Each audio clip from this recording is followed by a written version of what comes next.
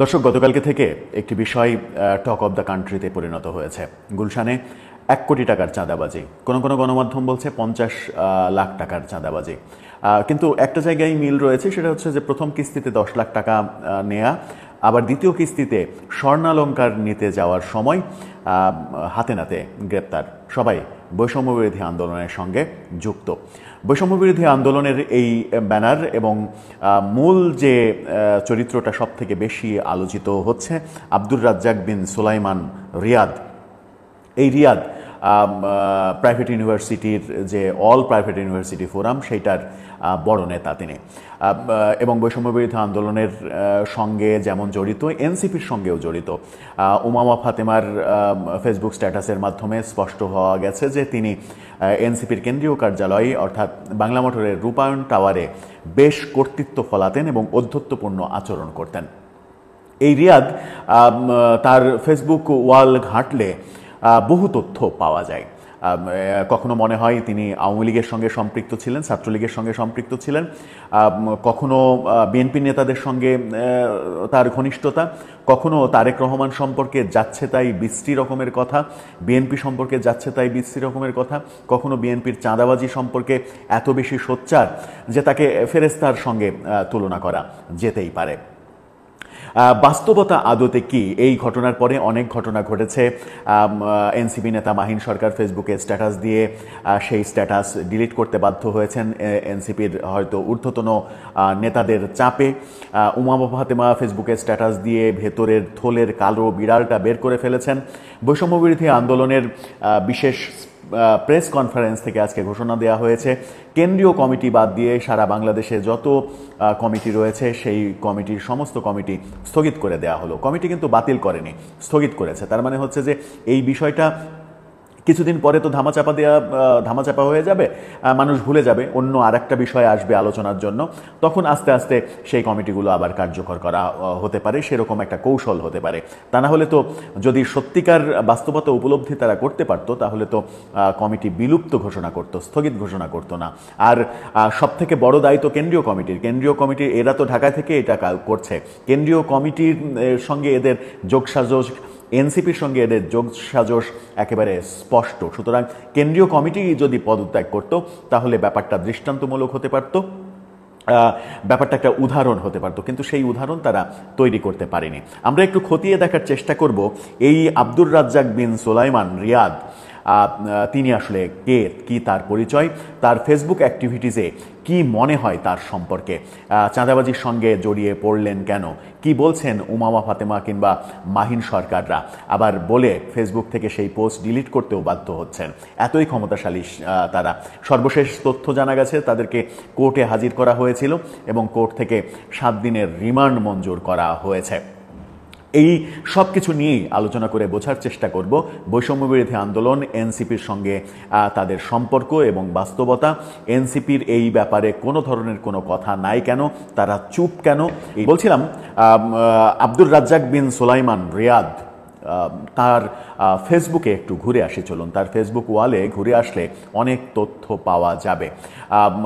পাশাপাশি তিনি যে বেসরকারি প্রাইভেট ইউনিভার্সিটির নেতা, সেই প্রাইভেট ইউনিভার্সিটির যে ফেসবুক গ্রুপ, সেই গ্রুপ থেকে কি বলা হচ্ছে সেগুলোও বোঝার চেষ্টা করব।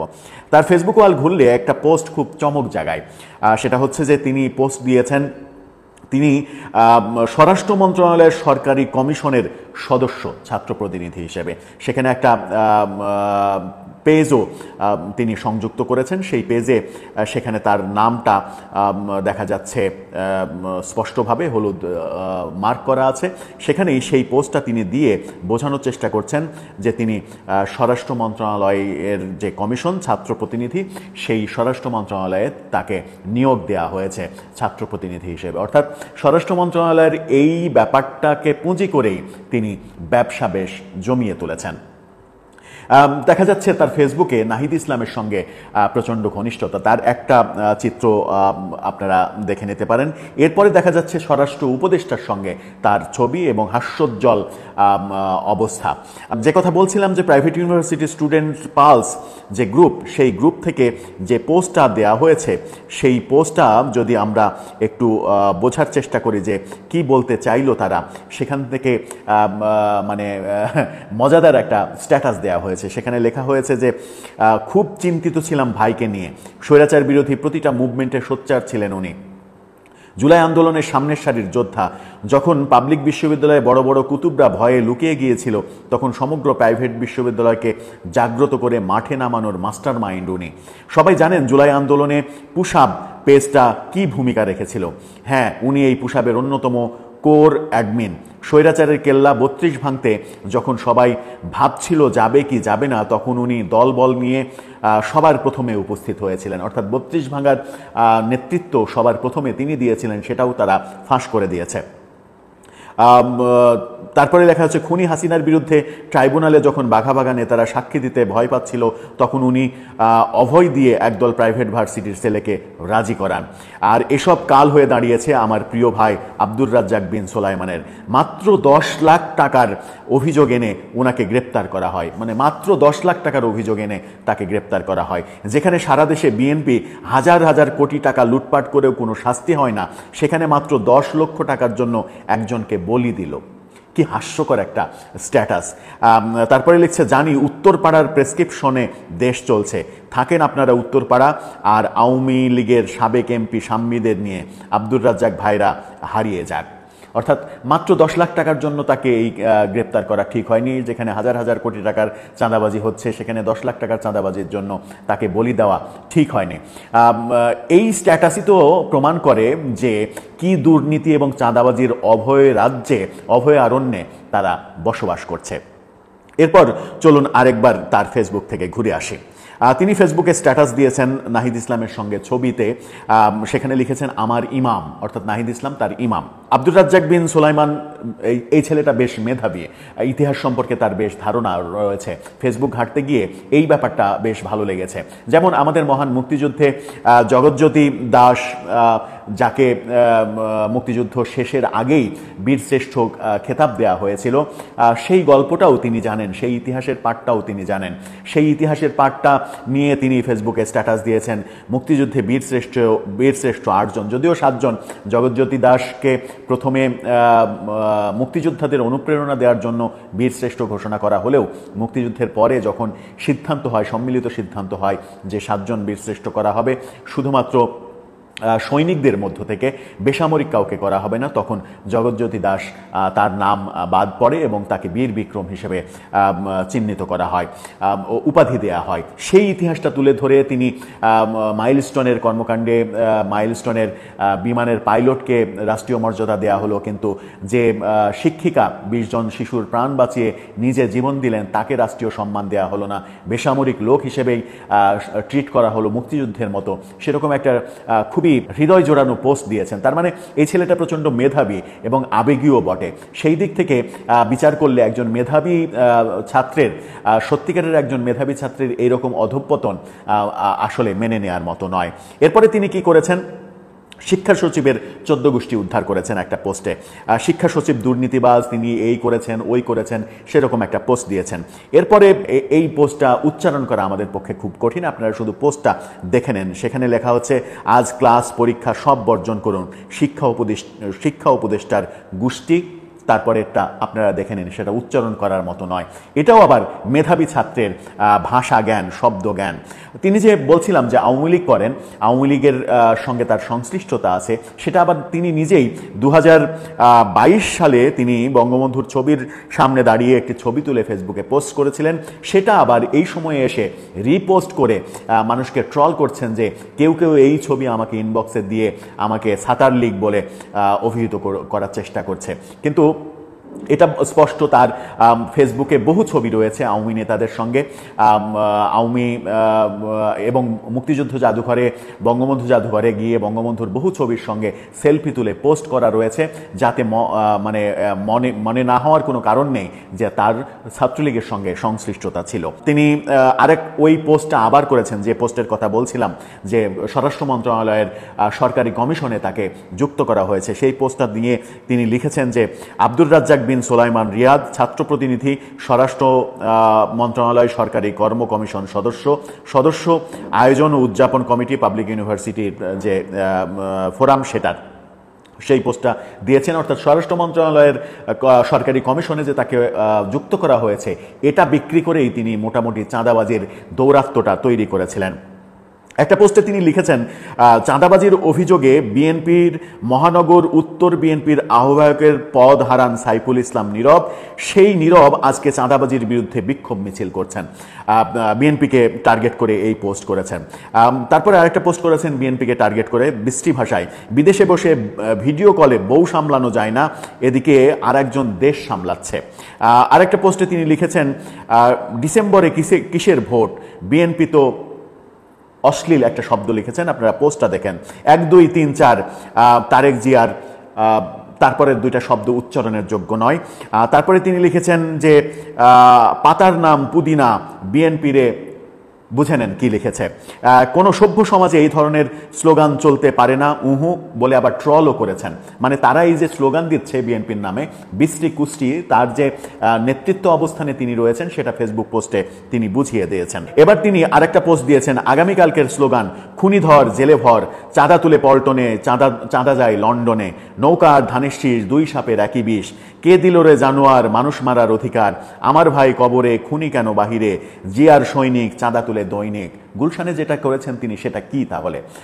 গুলশানেরটা না ধরা পড়েছে, যেগুলো ধরা খাননি এর আগে যত কর্মকাণ্ড করেছেন, প্রথম কর্মকাণ্ড করতে গিয়েই তো ধরা খাননি, অনেক করার পরেই তো, পাপ জমার পরেই তো এই কথাটা হয়েছে, অথচ তিনি বিএনপিকে চাঁদাবাজ বলছেন।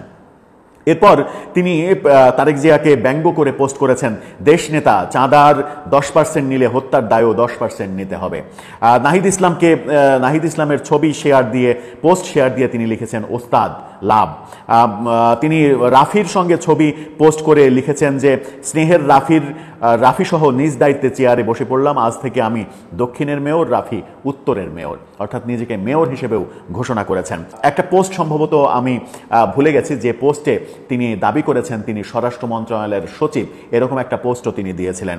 আর একটা পোস্টে নাহিদ ইসলামের পোস্ট, যেখানে ভিডিও পোস্ট, যেখানে আসিফ মাহমুদ সজীব ভূঁইয়া এবং নাহিদ ইসলামকে দেখা যাচ্ছে, সেটা শেয়ার দিয়ে তিনি ভাই বলে সম্বোধন করেছেন। নাহিদ ইসলামের আরেকটা ভিডিও শেয়ার দিয়ে তিনি লিখেছেন, শুরুটা কিন্তু এখান থেকেই হয়েছে, গণতন্ত্রের ইমাম নাহিদ ইসলামের হাত ধরে। তিনি নাহিদ ইসলামকে কখনো আমার ইমাম, কখনো গণতন্ত্রের ইমাম এভাবে উদ্ধৃতি করেছেন, এবং নাহিদ ইসলাম হাসনাত আবদুল্লাহদের সঙ্গে তার যে সখ্যতা, সেটা ফেসবুকে প্রমাণ করে। তার মানে কি এই চাঁদাবাজির যে কর্মকাণ্ড, সেই কর্মকাণ্ডের শক্তিটা তিনি এনসিপির শীর্ষ পর্যায় থেকেই পেয়েছেন, এই প্রশ্নটা আসে। তারেক জিয়ার মানে বিদঘুটে একটা ব্যঙ্গ ছবি পোস্ট করে তিনি লিখেছেন, প্রথম শিশু মুক্তিযোদ্ধা তারেক রহমান। এই কর্মকাণ্ডগুলো তিনি ফেসবুকে করেছেন। নোংরা, এর চাইতে নোংরা আর হতে পারে না। আইএসপিআর থেকে যখন পরিষ্কার করা হলো যে জুলাই গণ অভ্যুত্থানের পরে 600-র বেশি আওয়ামী নেতা কিংবা সরকারি কর্মকর্তাদের বিভিন্নভাবে তারা আশ্রয় দিয়েছিল মানবিক কারণে, সেই লিস্টটা যখন তারা প্রকাশ করে, সেই লিস্ট বাংলাদেশ আর্মির সেই পোস্ট শেয়ার করে তিনি তাদেরকে গালি দিয়ে, মানে শুয়োরের বাচ্চারা করছে এটা কি, এরকম পোস্ট করেছেন। কি অধ্যত্বপূর্ণ কাজ! তিনি দুর্যোগ ব্যবস্থাপনা এবং ত্রাণ উপদেষ্টা ফারুকি আজম বীর বিক্রম, তার সঙ্গেও যে তার সখ্যতা, সেটাও তিনি ফেসবুকে পোস্ট দিয়ে জানিয়েছেন। ভয়াবহ একটা পোস্ট দেখেন, তিনি ফেসবুকে পোস্ট দিয়েছেন, কালো ব্যানারে পাকিস্তান লাভ, অর্থাৎ তিনি পাকিস্তানকে ভালোবাসেন। তার মানে সব কিছু পরিষ্কার হয়ে যায় এই একটি পোস্টে, যে তিনি পাকিস্তান ভালোবাসেন এবং পাকিস্তানপন্থী। নাহিদ ইসলামের আরেকটা পোস্ট শেয়ার দিয়ে তিনি লিখেছেন, ইমাম লাভ। নাহিদ ইসলামকে তিনি ইমাম মানেন। নাহিদ ইসলামের আরেকটা পোস্ট, মানে ছবি শেয়ার দিয়ে তার সঙ্গে মানে হাস্যোজ্জ্বল নাহিদ ইসলাম তার কাঁধে হাত দিয়ে আছে, সেখানে লিখেছেন, রোদ্দুর একসাথে যেতে চাই বহুদূর। জন্মদিনের শুভেচ্ছা জানিয়েছেন নাহিদ ইসলামকে আরেকটা পোস্টে। জামাতকেও নাড়তে কিন্তু তিনি পিছপা হননি। জামাতের আমিরের একটা ফটোকার্ড আসছে বছর রমজান শুরুর আগেই বাংলাদেশে জাতীয় নির্বাচন দেখতে চায়, এরকম মন্তব্যের প্রেক্ষিতে তিনি ট্রল করে পোস্ট দিয়েছেন, মুরব্বি মুরব্বি উহু উহু। এরপরে তিনি পোস্ট করেছেন আবারও নাহিদ ইসলামের ছবি দিয়ে পোস্ট করেছেন আমার ইমাম। এই এই এই পোস্টগুলোর সঙ্গে আরও পোস্ট রয়েছে। তার একটা পোস্টে দেখা যাচ্ছে হাসনাত আবদুল্লাহ তাকে জড়িয়ে ধরে বসে রয়েছেন। আর একটা পোস্টে দেখা যাচ্ছে তিনি একটা পোস্ট দিয়েছেন যেখানে তিনি বক্তব্য রাখছেন, রাজনীতি তারাই করুন যারা মানুষের সেবা করতে চান, নিজের জন্য কিছু করতে চাইলে ব্যবসা করুন, রাজনীতি নয়। তাহলে তিনি কি করছেন সেটা একটা বড় প্রশ্ন। আওয়ামী লীগের সঙ্গে ঘনিষ্ঠতার কথা বলছিলাম, আরেকটা ছবি দেখুন, আওয়ামী লীগ নেতার সঙ্গে তার ফুল দিয়ে শুভেচ্ছা জানাচ্ছেন, উপরে বঙ্গবন্ধুর ছবি, শেখ হাসিনার ছবি, সেই ছবিগুলো। এছাড়া আরও অনেক ছবি রয়েছে বঙ্গবন্ধু স্মৃতি জাদুঘরে, মুক্তিযুদ্ধ জাদুঘরে বঙ্গবন্ধুর বহু ছবির সঙ্গে সেলফি তুলেছেন। মুজিব সিনেমা দেখতে গিয়েছেন, সেই মুজিব সিনেমা দেখতে যাওয়ার হলে মুজিবের পোস্টারের সামনে ছবি তুলে ফেসবুকে পোস্ট করেছেন। তাই এই সব কর্মকাণ্ডগুলো বলে যে তিনি একসময় ছাত্রলীগ করতেন, তারপরে বৈষম্য বিরোধী আন্দোলনে যোগ দিয়েছেন। এই আন্দোলনের প্রেক্ষাপটে এখানে এসে যখন মধু পেয়েছেন, বেসরকারি বিশ্ববিদ্যালয়ের অল বেসরকারি ইউনিভার্সিটির নেতা হয়েছেন, তারপরে চাঁদাবাজি শুরু করেছেন এবং তার যে সখ্যতা নাহিদ ইসলাম হাসনাত আবদুল্লাদের সঙ্গে সখ্যতা, সেটা একেবারে ফেসবুকে স্পষ্ট হয়েছে।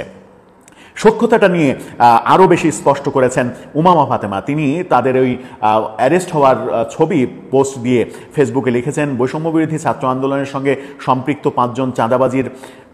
5 জনের চাঁদাবাজির খবর শুনে আমার পরিচিত ব্যক্তিবর্গ এতটাই আশ্চর্যান্বিত হওয়ার অভিনয় করছেন যে আমার মনে হচ্ছে আমি সব থেকে কম আশ্চর্য হয়েছি।